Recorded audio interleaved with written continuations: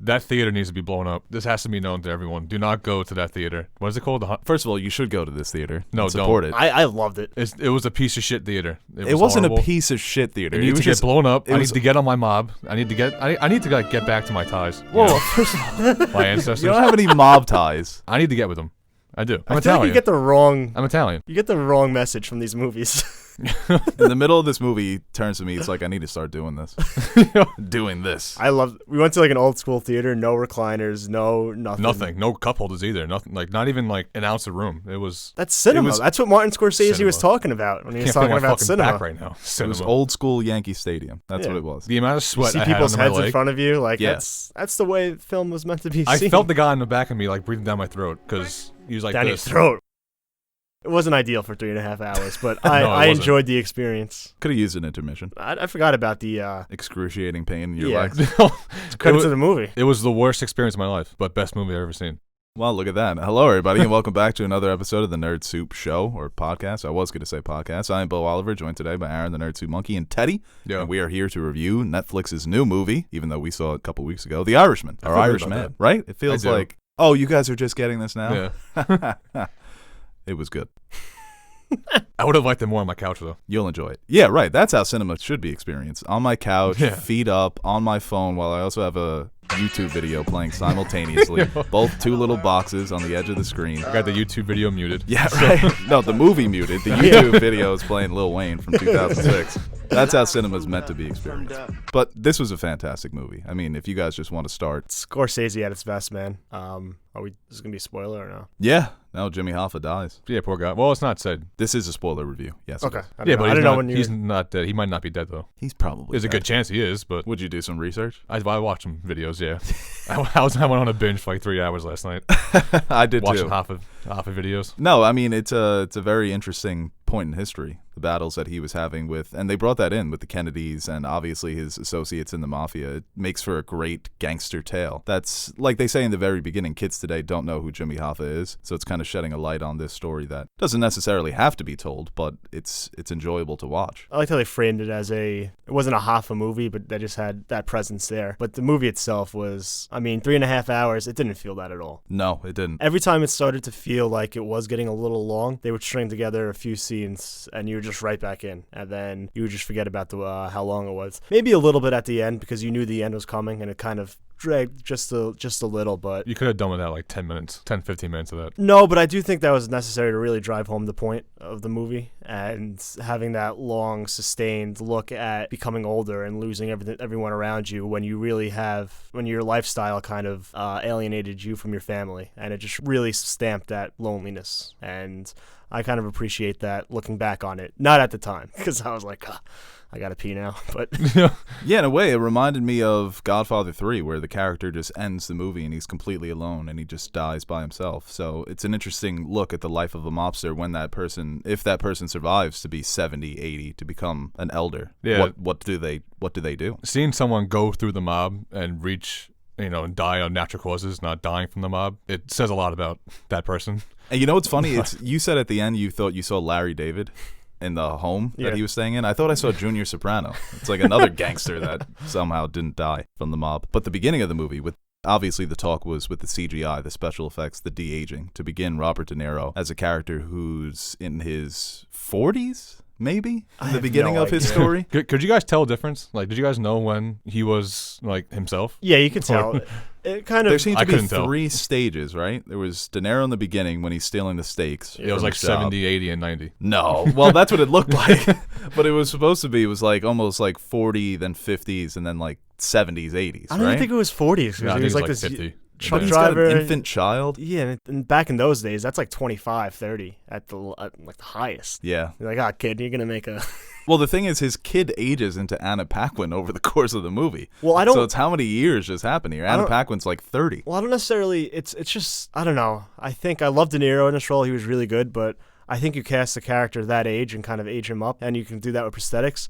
Because I don't mind in Goodfellas when Jimmy Burke is this 28-year-old guy and he looks like 40-year-old Robert De Niro. Right. That's fine to me. And you can kind of suspend your disbelief. But when you go back that far and you use the CGI, and that was like a main thing going into the movie, so obviously I'm going to look at it. It disappeared after a while. I wasn't noticing it. But there were times when he's beating up somebody, it's old De Niro moving. Right, because his body movements, even the way that his arms looked, they looked like the arms of an older man. His face looked younger. So you could convince me that the face, but it was all the mannerisms of the movements. But I don't think that takes away from the movie, because they went for something that is kind of becoming more frequent in films to de-age these actors. And did it work? I think it works for the film. Yeah, no, definitely. I think it's my only criticism, and I don't really think it's one that took away from the movie at all for me. Yeah, it worked better for Pesci, because when they de-aged him, he was supposed to be old throughout the entire film. Like, he maybe starts at like age 60, right? Yeah, for him it wasn't as apparent. Or Pacino. Yeah, because they had to bring him down as well. I think he worked. You can't help but appreciate like what we watched. This was just pure acting.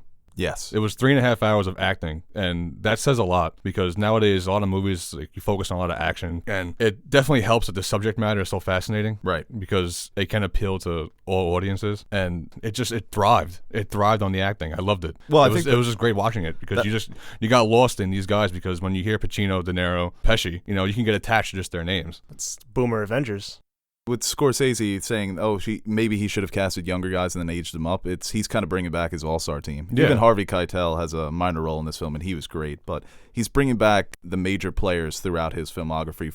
It almost feels like a swan song, but he's obviously still going strong. He might make other movies. Because you don't see Pesci anymore either. No, I mean, he went into retirement, came out of retirement for this, and they were all excellent. That speaks to the pacing of the film, and that's why it never feels like it's dragging, because the acting is so phenomenal that you're so. Could this be the best typecast? These guys, these three, those mobsters. Well, people make that Italian mobsters. I saw somebody criticize De Niro's legacy the other day on Twitter, talking about, this guy, all he does is mob movies. And it's like, no, if you explore their filmographies, they've done other things in mob movies. The mob movies is what made them big, because they were like the superhero films of those times. Obviously, Goodfellas and De Niro and Godfather Part 2. But they've done other things. But for them to come back, and this is a very human mob movie. It's not as gruesome as his other films. It's not as violent. It is focusing more on the characters. Well, and even Scorsese himself, he uses, in this one, but in a lot of his movies too, he uses the mob as kind of like, that's just surface level. When you really dig deeper into the film, it's about more than just being a gangster.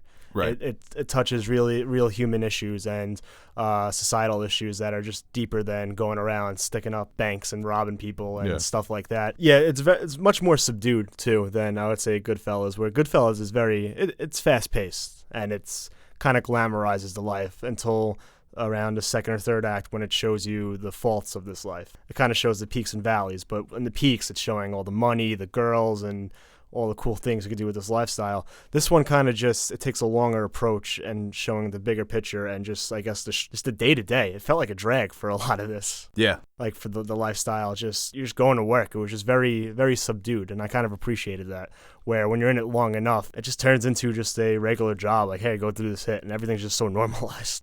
Yeah, these guys, there was a bunch of scenes where, even the scene where he beats up the guy, the store owner that pushes his daughter. Yeah. Like, he just beat the shit out of this guy, and they go home and have dinner. Right. And just sitting at the dinner table. Well, that was an interesting juxtaposition that they had in this movie between the higher-ups in the mafia, Joe Pesci's character and Harvey Keitel's character, the mob bosses in Philadelphia, how they would dress and how they would be presented when they would arrive at restaurants. And then you have De Niro's character, who's close with them, but he represents kind of the ground level. He's doing their dirty work. He's out there making the hits. And you had mentioned that he's with this man, Joe Pesci, for so many years, and he's still doing hits for him. Yeah, at some point you got to be like, come on. Yeah. Well, it Russ, says, come on. But it says a lot about 60 years old. It says a lot about De Niro's character, though, because he always wants to do it, and he'll always do it. Yeah, he was very loyal. He was very loyal to Joe Pesci and thankful for what he did for him. And then in the end, it cost him his family. But the daughter character, because there has been some controversy about not giving Anna Paquin any lines. That daughter, the way that she was kind of haunting De Niro and his associates throughout the movie, not saying anything, but those looks that she would give them saying, I know what you do, without saying it. To me, that was very creepy. It was very unique. It was done perfect because they never say his name. Obviously, they never say his name that he did these murders, but she just knew it. The whole Hoffa scene at the end, when he's sitting on the couch and he gets home, and she's like, why haven't you called it yet? Perfect scene. Just, say it. I want to hear you say it. No, it was just so eerie and tense, and it was great to watch. I think that's just brilliant filmmaking. Yeah. You can convey all of that emotion by saying nothing. That's the mark of a master filmmaker. So I wouldn't consider that a criticism. I don't think it was just, oh, we forgot to give Anna Paquin lines. It was like, no, this was a very intentional choice that we made with this character. I think if you give her lines, you dilute the movie more. 100%. Because then what? Now he has to battle her apart from everything else. Now he's going to deal with this. When in the back of his mind, he's just suppressing everything until he finally loses her. It's kind of like Walter White. When Walter White is always saying, oh, I did this for the family, to protect you. To protect us from who? You know, you're the one who's in trouble. You're the one that's willingly volunteering to be a part of this lifestyle. We had nothing to do with this. That's a good point. You know, you deal with all this chaos of the underworld of the mafia, and then you come home and your family hates you. Yeah. So what are you winning at this point? You're just winning a friendship with Joe Pesci, those rings that they had. Because he was Irish. He couldn't bring him into the mob, but it's like, here's a ring. I like you. We're friends. Pesci was fantastic in this too. I mean, a very different character. I kept on waiting to like snap like Tommy. But But he was more of the old school, higher up, that very calm, and he knows like if you disrespect him, he's not going to come right back at you, but he'll send Frank. Figure it out. Yeah, he'll send Frank to put a couple in your head. No, I love that. That's my favorite type of mob boss. The Vito Corleone, Carmine in The Sopranos. Doesn't get too hot-headed, laid back. They just exude, like when he says, I knew he owned something, but I didn't know what, and then I found out he owned the street. Mm-hmm. That's the kind of charisma and power that he exudes right away on screen. And to see him back, Joe Pesci, I mean, that's why I get chills. It was so nice seeing it. Yeah, to see all the legends, all the boys back. It's like the mob Beatles, you know? I think Pacino, though, he was the best. He was perfect. Standout. He was perfect of the whole film. His portrayal, Jimmy Hoffa, this movie was hilarious. It was very funny. And a lot of the funny lines come from Pacino, man. Yeah. Just even some of the looks when they're at the dinner celebrating Frank, and they're he wouldn't stop growing up. Joe Pesci is having the conversation with the other boss, Tony, and Pacino's just grilling them, and he kept cutting to Pacino. He kept eating the steak, just cutting the steak. His facial expressions were great. A lot of visual cues for comedic moments. Yeah. It wasn't all, but him as Jimmy Hoffa, he stole every scene he was in. He was so good. The meeting scene with the little guy. Yeah, with the pro. Yeah, the little guy, the pro. I love that. Like, I wonder how true that is, if he really did hate people coming late. Well, that's the way that they portrayed Hoffa, was that he felt like he was the biggest mob boss. Yeah. And that he looked down on the mob bosses. So when they decide to hit him at the end, when Pesci tells De Niro the higher ups have decided he has to go, De Niro's like, isn't he a higher up? Pesci's like, not like us. So it kind of showed he thinks he is. Yeah, he just became an egomaniac, narcissistic nut job. He kept saying it. Like, he had $1.5 million in the retirement, but he kept saying it's my union. Yeah, like, that union, the Teamsters listen, union. man, they're pushing you out. Well, he thought he was untouchable, and yeah. Pesci even says, like, we killed the president. We could kill the president of the union. Yeah, right. And that's my conspiracy theory from now on. 100%. To me, that's what happened. The Irishman confirmed that JFK was killed by the mob. Yeah. That's all I need is a movie to tell like a conspiracy. I'm like, yep, that's how it happens. It was the mob, Castro, or LBJ, or the CIA. They all teamed up. They all teamed up, and they were like, we need to get Lee Harvey Oswald to do it. Yeah. He's the only man capable.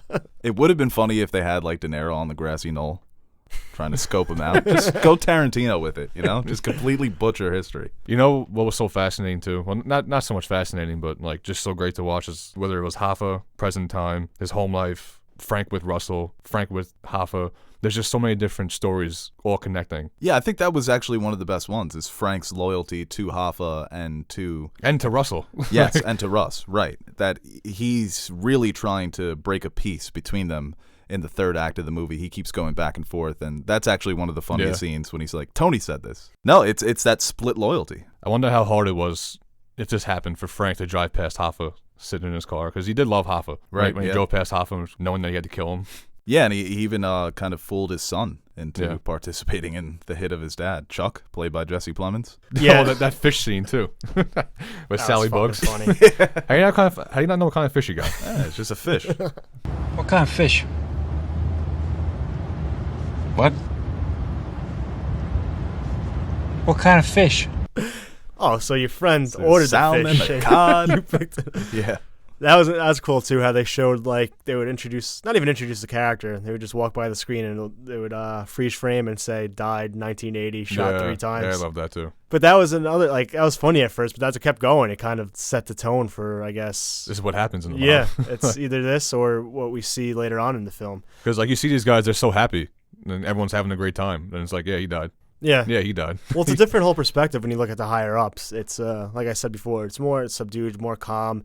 It's very calculated in how they go about their business. But like Goodfellas, that's more street level. Henry, Tommy, and Jimmy. You know, that's the high octane stuff, going around committing crimes, murders, stealing money, having all this cash, all these girls. That's like the glamorous lifestyle. But they're kind of showing here the difference. It's when you're up top, you kind of got to be. You know, you don't need to do all that. Right. It's more just business, everyday life. And all the stuff with the Kennedys was great. Portraying those hearings, because you can watch those on YouTube, Robert F. Kennedy going at Jimmy Hoffa. That was also very comedic. And obviously Kennedy's death, the way that they all reacted to that, just sitting in the bar. Hoffa just kind of going over the implications that this has for his career when he has that line that Bobby Kennedy's just another lawyer now. So there is some tension between them. They screwed him. They had a deal. That's the thing, yeah, when they go into how the mob helped JFK win the election, when De Niro's reflecting on that as an old man. He's like, he turned on all the guys that got him there. What's up with that? Yo, yeah. What the hell? Hey, what the hell? You know, can you explain that whole scenario to me quick? Because I kind of got lost with that. So Russell helped Kennedy get in. Well, they say that Hoffa didn't want Kennedy in. No, the rumor is that the Kennedys, that the mob in Chicago fixed the election in Chicago. They had that scene when they take all the dead names and they vote for them. Yeah. Because Chicago was a swing state at the time. Illinois was a swing state. And that election was historically close. He won by like a ridiculous amount, a small amount of votes. So it was close. No, but they wanted the Kennedys in because they thought the Kennedys were going to help them with Cuba. They wanted Kennedy to take out Castro to open up Cuba. They wanted, because that's what Kennedy was trying to do, obviously, the Bay of Pigs invasion. Well, his father was. So why was bootlegging? Because Kennedy failed at taking out Castro. He had the Cuban Missile Crisis, which was a mess. And then his brother was investigating the mob. So it's like they helped this guy become president so that he could help them, and he completely fucked them over on every angle. Yeah. Okay. My mind's rattled right now. Now we're doing Nerd Soup histories. I'm with that. Just you asking me questions. And that was a very cool part of that too, because it does span such a long period of time that we get these different moments in U.S. history kind of weaving into the main plot line. So I thought that was pretty neat too. Also, Don Rickles. The guy who was playing Don Rickles when they go to see the stand-up comedian. Oh, yeah. When Joey the Blonde, they're all there at the Copacabana. Sebastian Maniscalco. That got like Spider-Man cheer from our crowd. It really did, yeah. So we went to a crowd. It was a very older crowd. It was like 60 and up. Was there a fight about to happen next to us? I think so. They saw were that? getting antsy, man. No. I think the lady was like getting in her way. Older viewers are always ready to scrap at a movie. You make a goddamn sound. That's why I yelled at the lady. They make the most noise. Phone out. I'm like, put your phone away. They don't want to do this here. Well, they react to everything. When De Niro took out all the pills, the pill divider at the end, I heard like a groan in the crowd. Yeah. They just knew. I've been through that. And the people behind us, I guess their daughter or one of their family members was the baby in the movie, Frank's infants. Yeah. And every time they came on the screen, they fucking yelled. There she is. That's Mossy. That's the baby we know. There she is. Oh, that's my kid. It's like, all right. I was going to start cheering for the baby every time it came on screen. I was like, oh, there it is. I fucking told you a clap was going to happen at the end, too. Oh, yeah. Well, a crowd like that, they clap for anything. We could have been watching Terminator Dark Fate. They would have gave a round of applause. Well, that movie must have been like, it was scary for me. Imagine for them. Like, that's at the why end, I respect that's like, old. Fuck that's yeah, like, man. That's like their Midsummer. That was like so real life. That was like, I really felt this movie was old. fucking heartbreaking at the end. When he had to kill Hoffa, that was kind of very sad. But just seeing him be alone, and not saying he didn't deserve it. I mean, he kind of put it on himself, but just seeing that play out when they have nobody, and all three of them, all like the whole gang in prison, just playing bocce ball, and they're just shells of themselves. Yeah, these people that you would never want to cross or fuck with are just getting old, and that's life. Yeah, it's fucking sad. That's man. why time sometimes is terrifying, when things can go just in a blink of an eye. And that's what this movie kind of captures. That's why you got to respect your elders, man. They've been through it. Do you guys have a favorite scene? Favorite scene in the movie? There's a lot of them. There's a small scene that I love that I just thought Harvey Keitel did so great in it. It's when he takes the job from Whispers, and they call him in and they tell him, listen, we own that laundromat, so you shouldn't do this. I thought that was so good. Yeah. And he's like, I'll give him back his money. He's like, he don't need it anymore. Like, no, I'll give it back. He's like, he don't need it anymore. They were just such great old school gangsters in that scene. The scene when he kills Joey in the clam bar was pretty. That was great. The lead up to the Hoffa death. I thought was great. Yeah, mine was the scene in the prison with Pacino and Hoffa and Tony Pro. Yeah, that was a great scene. And You just see how fucked up Hoffa is. That scene and also the negotiation scene later in the movie. Yeah. also too the watermelon, like speaking to the funniness of this movie when it was like, Yeah. it's like, yeah, you can't drink in front of Jimmy. It's like Jimmy also doesn't like watermelon, so he sticks the vodka in the watermelon. That was And they just amazing. fucking chowing down, getting hammered. I think that's underrated with Scorsese, is that his movies are always so funny. When he makes movies like this, the mob movies that are supposed to be kind of ridiculous and over the top, they're always very funny. The scripts are always great. Yeah, I was gonna say, Goodfellas is one of the what funniest humor movies. did you find in Silence? Well, I mean, Liam Neeson's a riot in that flick. I'll tell you what. Not many people saw it, so just take my word for it. Is this Ray Romano's comeback too? Ray He was great in Romano, this right? movie. Yeah, no, he was very good. Nah, the Big Sick too. He was good in that. It's a His renaissance. That boy's living off Everybody Loves Raymond. There's no comeback. He's I like, wouldn't want it. yeah, I'll do the Scorsese picture. The renaissance. I'm gonna patent that. The Renaissance. Oh, boy. With a gun, you charge. Knife, you run. Gun charge. Knife, run. All right, so The Irishman, our scores. I'm kind of anticipating what you guys are going to give it. Your score was ridiculous, actually, the one you put on 9.8? Twitter. Yeah, Why? because you docked 2 points for the theater conditions. They shouldn't. Yeah, they shouldn't have had it like that. It should have been. It shouldn't have either come out or it should have been just on Netflix or in like the big movie theaters. So you're putting this on Scorsese. Yeah. You should know Yeah. what theaters your movie's coming out. All right, well, Marty, there you go. 9.8. How are you guys not with me on that? I like. I'm not going to take off points because of the theater. I actually That's very part much of him. enjoyed the That's theater him. experience. You enjoyed that. The You're old such a school liar. theater. Yeah, I did. It added a little. It's like, I'm going yeah. to the old cinema. Yeah. It felt like I was watching. I almost wanted to light a cigarette. You know? Just I wonder. start- I bet if you did, they wouldn't have cared. All right, so my score would be 9.5. 9.5. Yeah, I give it a 9.6. It's tied at Lighthouse right now for my top. I think it might take over the number one slot. I can't wait to see it on Netflix again. It's my favorite mob movie. Really? Yeah, it took over Goodfellas. Oh, it's one of the best mob movies of all time, without a doubt.